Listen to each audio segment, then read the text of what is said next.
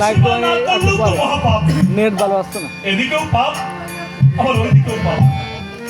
তাই আমি সিদ্ধান্ত নিয়েছি আমি আত্মহত্যাই করব। ভগবান ভালো বেশি বলছে মা।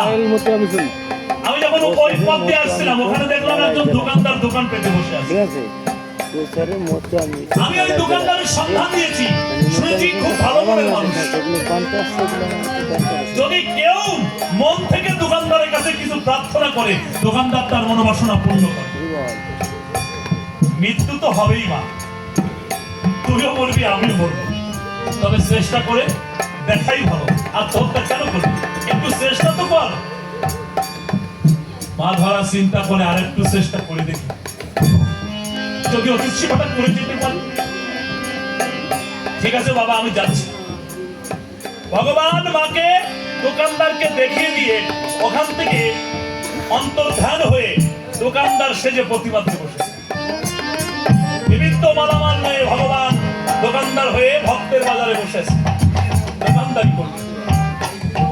মা ধরা ছুরি গিয়ে দোকানদারের সম্মুখে করে করে দাঁড়িয়ে বলছে, অগো দোকানদার, তোমার কাছে কিছু প্রার্থনা করব। দোকানদার বলছে, কি চাই? দেখো দোকানদার, আমার গৃহে অতীত এসেছে, আমি অতীত সেবা করব। নগরে গেলাম, কেউ আমাকে কৃপা করলো না, এক মুষ্ঠ চাউল ভিক্ষা দিল না।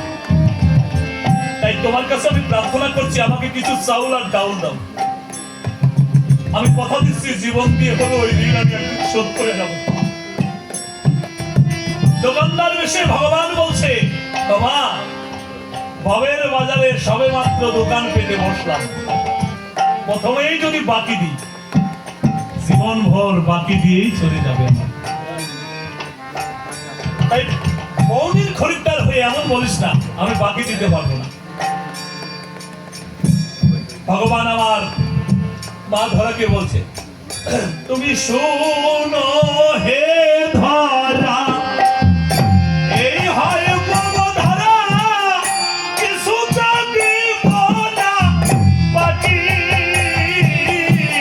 ভিখারিকে দিলে বাকি সবই যাবে বাকি, বাকি দিন আগে ওরাই না হে ধরা, বাকি দিন আগে ওরাই না।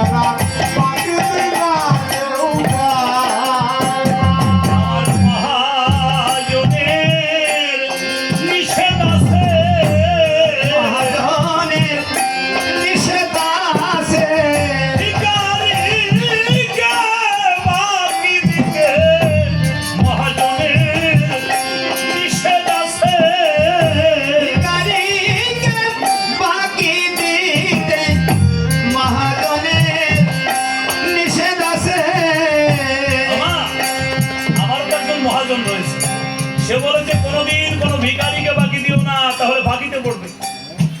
তাই যত কথাই বলিস না কেন মা, অর্থ ছাড়া আমি চাউল ডাউল দিব না।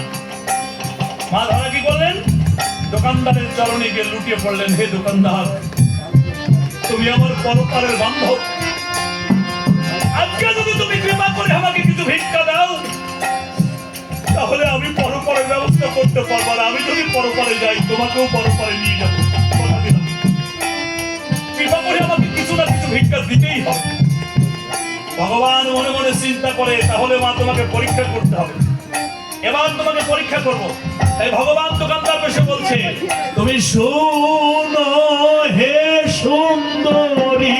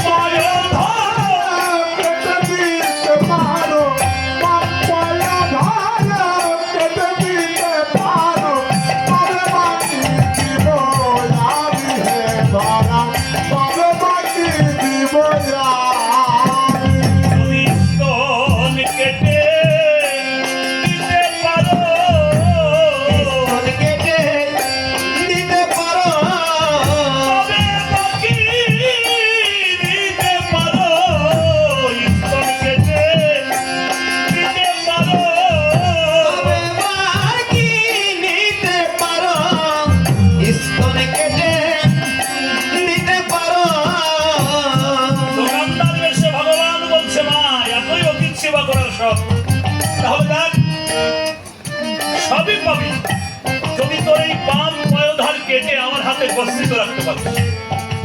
যদি এটা করতে পারিস আমি বলছি অতীত সেবার যা যা প্রয়োজন, শুধু চাউল ডাউল নয়, তৈল লবণ যা যা প্রয়োজন আমি সবই দেবি তো। তারা বলছে হে গোবিন্দ আর কত দুঃখ